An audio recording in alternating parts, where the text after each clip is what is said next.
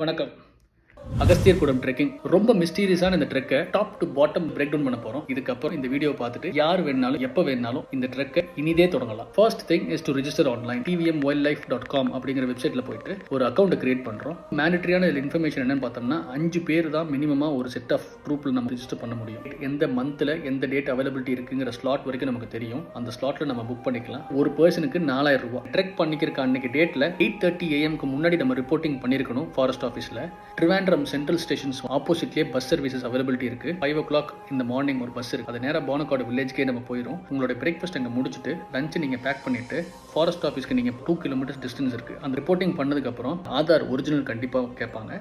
Medical certificate is very important. Confirmation of payment receipt. இந்த DSLR drone allowed இல்லை. எந்த விதமான பிளாஸ்டிக்ஸ் அலௌட் இல்லை. 5 பேருக்கு ஒரு ட்ரெக்கிங் கைடு நம்ம அலாட் பண்ணுவாங்க.